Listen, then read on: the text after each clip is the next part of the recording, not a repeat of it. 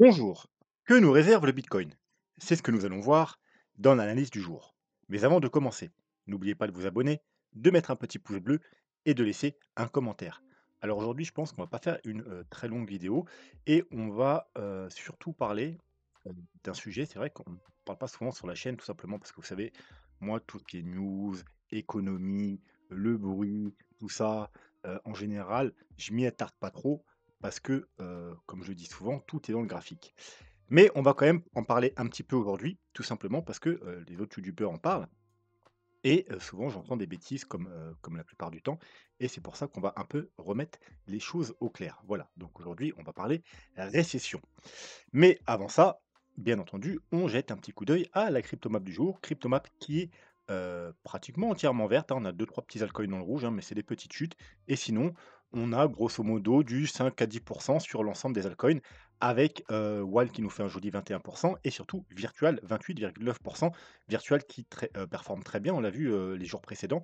Souvent même quand il y avait du rouge, il y avait Virtual qui, lui, était dans le vert. Et si on voit sur la semaine, il nous a fait un très joli 131 et dans le mois, on est à pratiquement 200. Virtual 1 qui est là, c'est le graphique de Binance. Donc, comme vous voyez, ceux qui surveillaient, il y avait une belle entrée après ce petit triangle et bien entendu, là, c'est plus du tout le moment de, rentrer dessus, hein, voilà, si je vous le mets en weekly, voilà, hein, c'est n'importe quoi. Bien entendu, ça arrive de temps en temps que des petits altcoins pètent comme ça. Alors je sais pas si il est récent parce que là, c'est Binance, peut-être c'est juste la sortie sur Binance ou peut-être que c'est le listing, voilà, donc il a bien décollé, mais ça aurait pu faire l'inverse aussi. Voilà, c'est un peu, sur les petits altcoins comme ça, c'est un peu avec votre chance et c'est pour ça que, faut, penser à se diversifier et à rentrer au bon moment, hein. Parce que si on rentre là, puis on met un stop ici, voilà, finalement, c'est quelque chose qui ne coûte pas trop cher et ça peut être, bénéfique, hein. Moi, personnellement, je ne surveillais pas cet altcoin, donc je ne suis pas dedans. Mais si vous êtes dedans, quand même, on a alors depuis, il fait, ouais, plus de 200, donc plus de fois 3. Donc il faut quand même penser à commencer à prendre, des petits profits sur la route. Hop, alors récession. Donc qu'est-ce qu'une récession, hein? Quand vous entendez des trucs et que vous savez pas trop à quoi ça correspond, le mieux, hein, c'est un Google, ChatGPT. Maintenant, vous avez tout ce qu'il faut, hein, vous tapez et puis vous avez, les définitions, hein. Donc la récession, c'est un ralentissement de la croissance économique à l'échelle macroéconomique. Une crise économique est souvent suivie d'une récession. Bref, qu'est-ce qui définit une récession? On considère généralement qu'il y a récession lorsque le produit intérieur brut, donc le PIB, baisse sur au moins 2 trimestres consécutifs. Voilà. Après, ils nous disent que les définitions exactes, ça change un peu souvent d'un pays à un autre, mais globalement, tout le monde est d'accord pour dire que c'est la baisse du PIB sur au moins 2 trimestres consécutifs. Et bien entendu, en ce moment, on parle quoi? D'une récession, surtout aux États-Unis. Donc, hier, il y a le chiffre des PIB qui est sorti aux États-Unis et on a eu moins 0,3%. Donc, c'est négatif. Voilà. Donc, ça nous fait un trimestre de baisse. Et donc, si le prochain trimestre, on a encore une baisse, eh bien, c'est officiellement une récession. Alors, est-ce que ça veut dire que c'est la fin du monde? Est-ce que ça veut dire que les marchés vont cracher? Est-ce que ça veut dire que le Bitcoin vont cracher? Eh bien, pas du tout. Voilà, parce qu'il peut y avoir 2 trimestres et ensuite, ça reprend. D'ailleurs, si vous prenez, l'historique, vous allez voir que souvent, on a 2 trimestres négatifs et puis ensuite c'est fini et on repart à la hausse. Quand la récession est actée, au final, eh bien, c'est déjà fini et les prix remontent.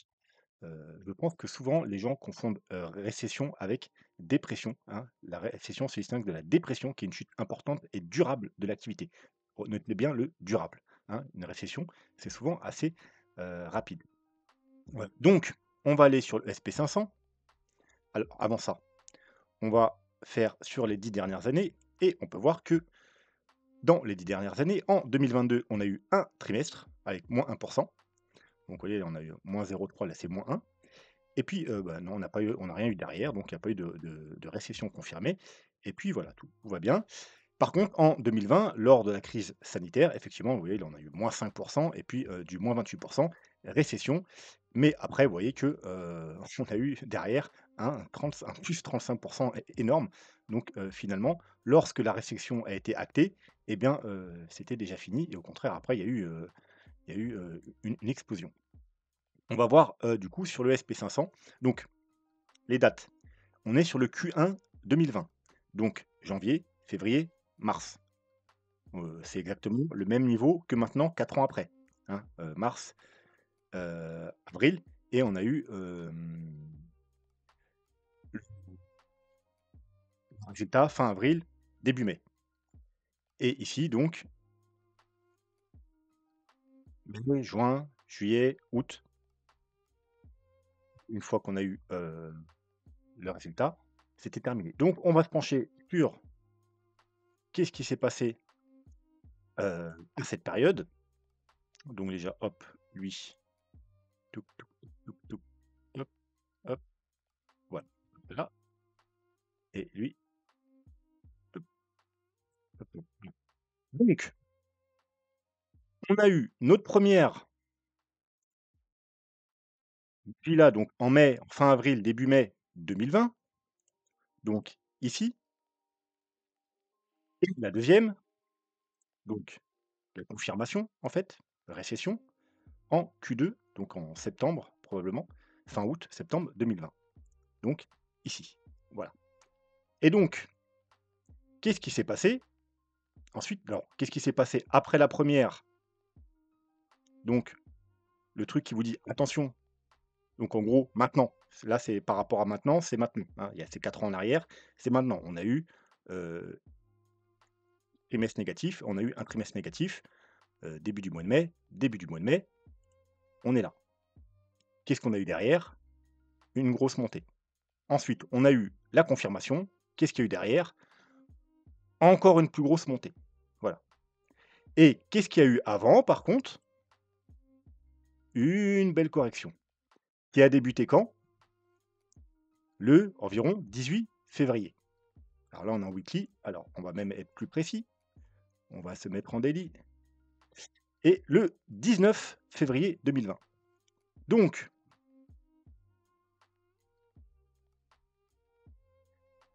là, on a notre premier signal qui vient d'être confirmé, donc la première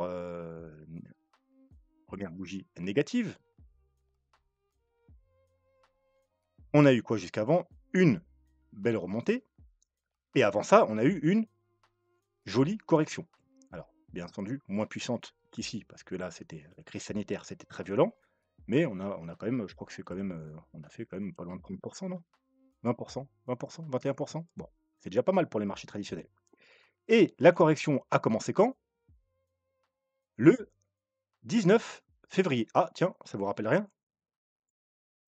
Elle a commencé exactement le même jour qu'il y a 4 ans en arrière. On a fait une chute et puis on a remonté jusqu'ici et ensuite on a remonté et ensuite on a remonté. Donc, vous pouvez voir que finalement, eh bien, si on prend juste bien sûr la dernière, si on voulait, faire une analyse complète, on va pas faire ça aujourd'hui, si ça vous intéresse, on le fera peut-être dans une vidéo où on reprend tout l'historique de toutes les récessions. On pourra le faire, ça va être long, c'est pour ça qu'on va pas le faire aujourd'hui. Je vous montre juste un exemple pour vous montrer que c'est pas forcément dramatique. En plus, l'exemple il est pas mal parce que c'est pile 4 ans en arrière. Pour nous, les, cryptomanes, les bitcoinistes, vous savez que du coup, ça nous amène exactement au même moment dans le cycle précédent, 4 ans en arrière et donc on peut voir que au final, lorsqu'on a eu le premier signal d'une possible récession, on avait déjà eu la correction et lorsqu'on a eu, le deuxième signal, on a la correction était déjà loin et on n'a fait que monter avant et que monter après, hein. Donc au final, heu, c'est un peu après parce que le trimestre il commence le 1er janvier. Là, on est le 19 février, un peu un mois et demi après. Probablement, on avait déjà les signaux comme quoi qu'il y avait des problèmes et bah, du coup, la réflexion, elle a été, si vous voulez, la rumeur. En gros, c'est une sorte de, sell the rumor et buy the news. Voilà, hein, quand quand c'est quand ça commence à se confirmer, bah, voilà, c'est déjà fini. Bon, bah, là, on pourrait très bien être exactement dans le même cas. Mmh. Mi-février, on avait déjà, les problématiques et hop, on sell the rumor et puis du coup, on buy the news. Voilà, donc on pourrait très bien refaire la même chose, hein. Donc là, monter, monter, monter, puis continuer à monter et puis voilà. Et puis, peut-être le trimestre prochain, on aura ou pas, hein, c'est même pas sûr, hein, qu'on aura une deuxième. bougie négative.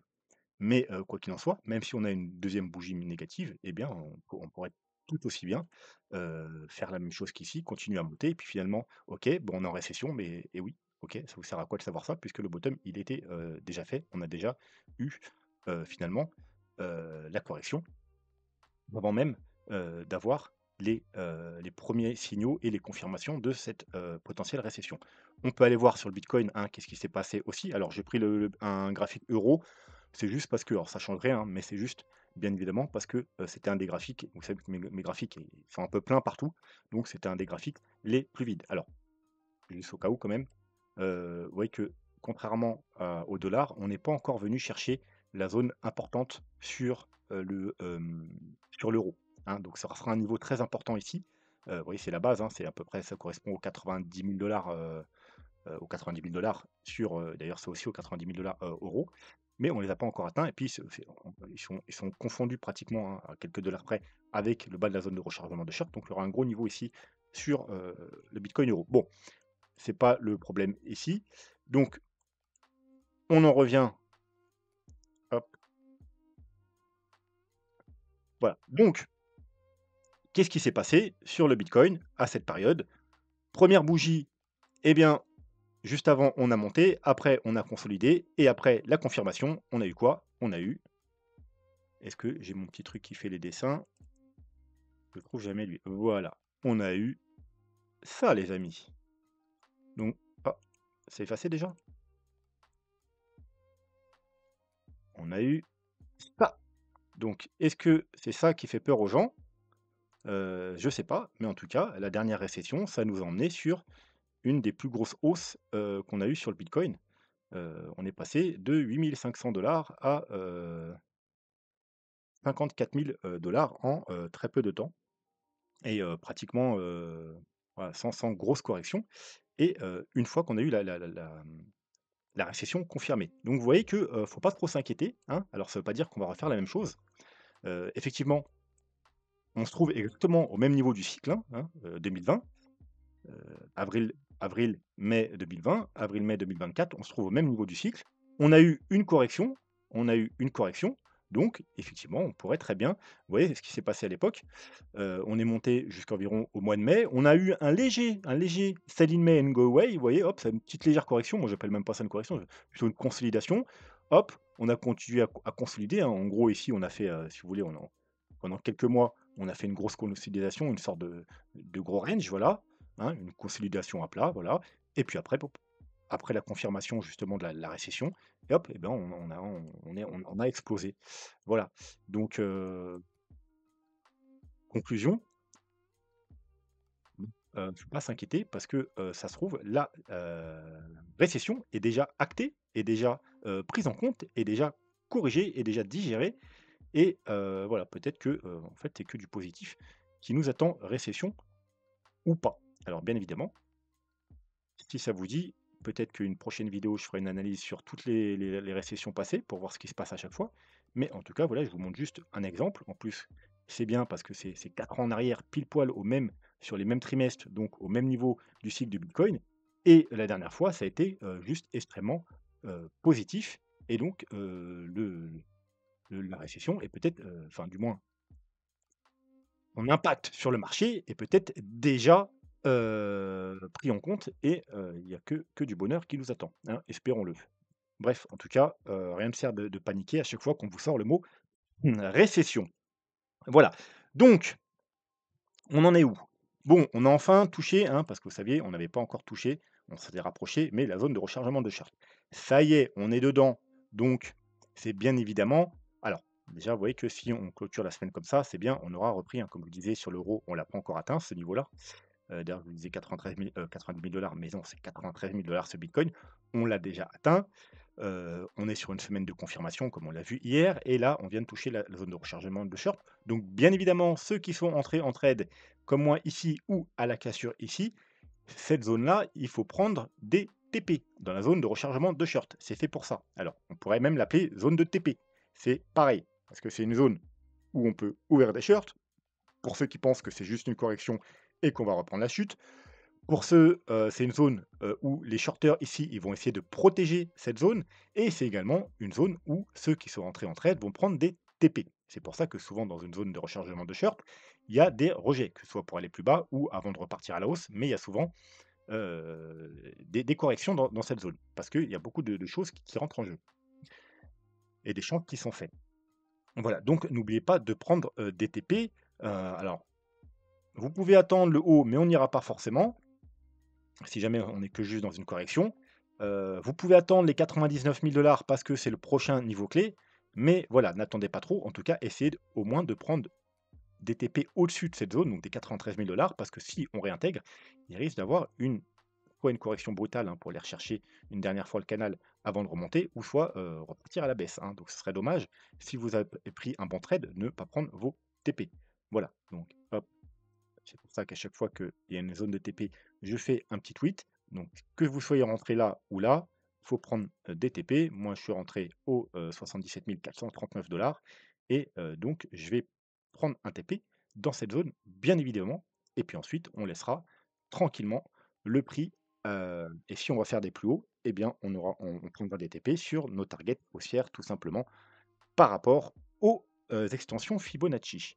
Voilà, donc en weekly, on a enfin, la semaine n'est pas clôturée bien sûr, il reste encore 2 jours, 3 jours, excusez-moi. Heu, on a pour le moment, à l'instant T, une confirmation, si ça veut bien s'allumer, sur le, stock RSI, puisque aillez, on a les 2 lignes qui sont ressorties de la zone de survente. On avait le premier signal ici, le 7 avril. Le 7 avril, c'était à peu près, c'était pile poil au niveau du bottom, hein, lorsqu'on avait fait le fake out ici, réintégration. C'était le moment où c'était bien pour entrer. On avait notre confirmation également, 1 signal, excusez-moi, sur le stock RSI. Là, on a notre confirmation, qui n'est pas encore confirmée vu que la semaine n'est pas clôturée. Et on avait également le premier signal sur MACD, c'est-à-dire qu'après un enchaînement de bougies rouges, on avait un ralentissement, une première bougie rose. MACD, par contre, on n'a pas la confirmation, pour le moment.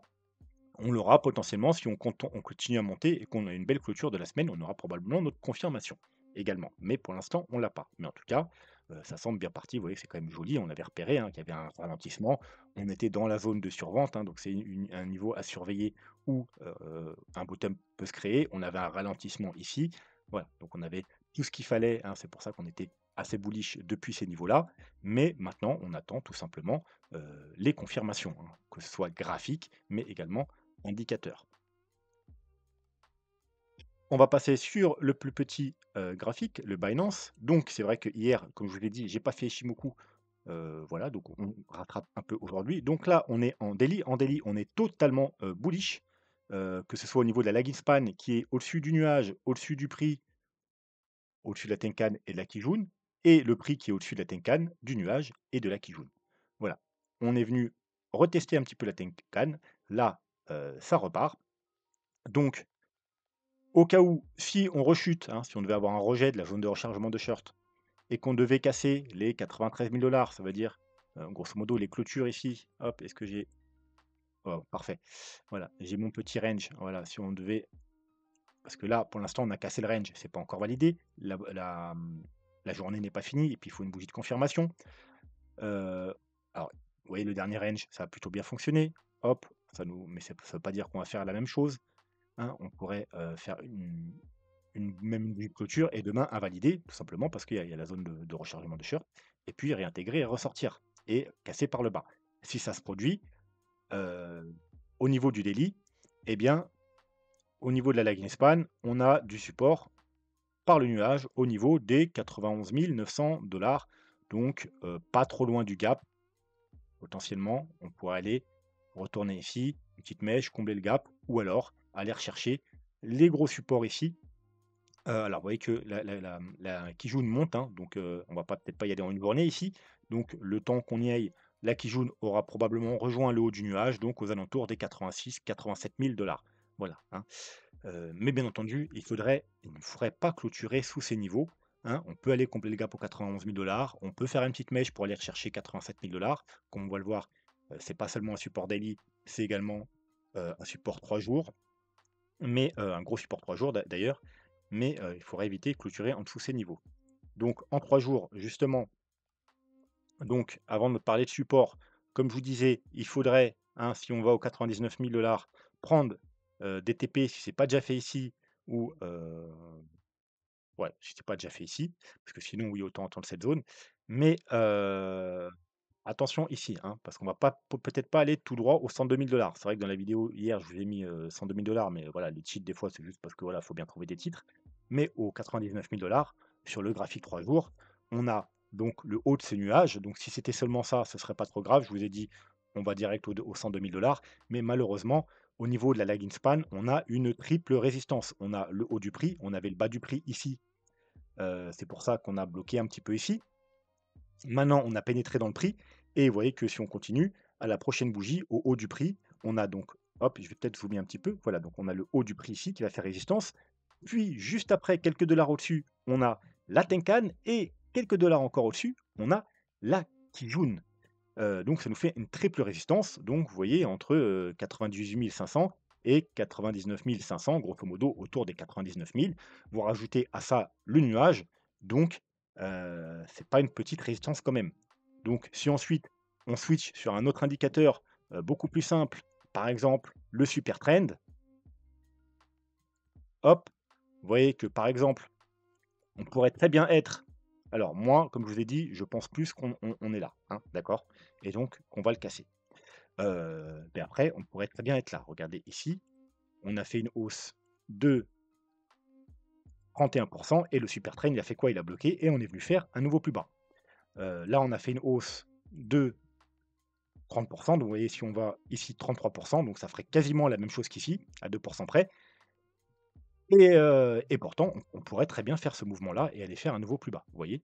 Alors rapide avec une mèche, peu importe, mais c'est pas parce qu'on en a eu une belle hausse de 33 qu'on peut pas derrière, vous voyez, on a tout ravalé en 3 sem en même pas, c'est même pas en 3 semaines vu que c'est du 3 jours, hein, donc en 3, 6, 9, en 10 jours, on a tout ravalé et puis on est même allé, beaucoup plus bas, hein, et on a perdu, hop, 30 hein, voilà, donc on pourrait très bien venir là et puis en 10 jours, se retrouver aux 69 000 puisque c'est arrivé une fois, ça pourrait très bien arriver une autre fois. Voilà, donc tout ça pour dire qu'aux 99 000 $, faut quand même être prudent et si vous avez toujours pas pris les TP, prenez un petit TP, ça fait pas de mal.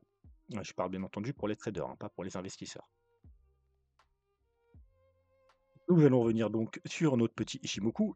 Donc ça, c'était pour, le niveau haussier et bien entendu, hein, si on casse les 99 000 avec les confirmations, bah, on passe totalement comme sur le daily, on passera totalement bullish sur Ichimoku parce que la lagging span sera au-dessus du nuage du prix d'Akijun et la Tenkan et lui, bah, il est déjà presque il nous reste juste à passer le nuage pour être totalement bullish, hein. Donc bien évidemment, si on passe les 99 000 alors en daily, il faudra toujours, bien entendu, être prudent parce qu'il y aura le haut de la zone de rechargement de short.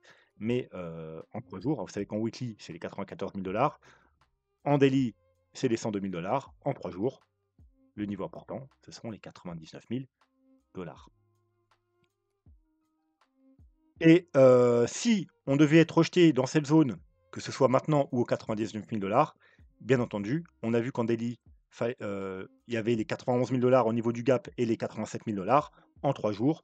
On a la Tenkan là qui est en train de rejoindre la Kijun, hein, ça va pas tarder, donc le temps qu'on chute, elle aura rejoint et ça nous fera un gros niveau de support au niveau, encore une fois, des 87 000 Donc il faut vraiment éviter, bien entendu, de casser ce niveau. En weekly, on peut jeter un œil.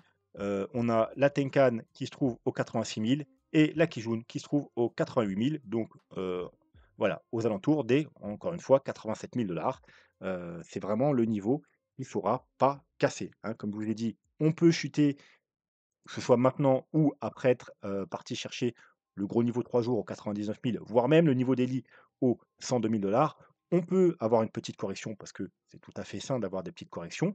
On peut venir combler, on va ensemble Ishimoku, notre fameux gap qui se trouve ici. Hop, c'est en daily, voilà. On peut combler nos fameux. On peut faire une petite mèche, hein, ou même une ou deux clôtures daily, hein, c'est pas important. On parle de. S'il ne faut pas clôturer, c'est en 3 jours en weekly.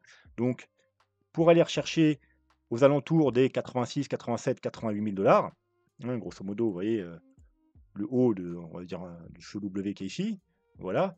Mais il faut surtout pas commencer à clôturer en weekly en dessous des 87 000 parce que ça reste, d'être, problématique et on pourrait potentiellement, aller faire à des niveaux plus bas ou nous faire quelque chose justement, un scénario, de ce type-là, hein, voilà. Bon, là après au final, ça s'est plutôt bien fini parce qu'on est remonté, mais on pourrait très bien, tant qu'on n'a pas eu les validations, vous savez, valider un scénario beaucoup plus bearish. Voilà, donc le mieux ce serait de ne plus reclôturer en dessous les 87 000 $, 88 000 en weekly. Voilà, voire même en dessous des 90 000 $, ce serait encore mieux. Donc voilà. Sinon, je vous rappelle, hein, comme à chaque fois, si vous voulez soutenir la chaîne financièrement, vous pouvez faire des petites donations en crypto-monnaie, utiliser les liens d'affiliation pour les plateformes que j'utilise personnellement pour trader et investir sur les cryptos et Trade Republic pour se diversifier sur les marchés traditionnels. Et le meilleur moyen de soutenir la chaîne, c'est de la rejoindre en faisant partie des membres avec des abonnements sur 4 petits paliers. Chaque petit palier vous donne des petits bonus et le deuxième palier, à partir de 4,99 €, vous aurez droit, entre autres, aux vidéos réservées aux membres. Voilà, sur ce, moi, je vous souhaite une bonne soirée et je vous dis à demain. Tchuss.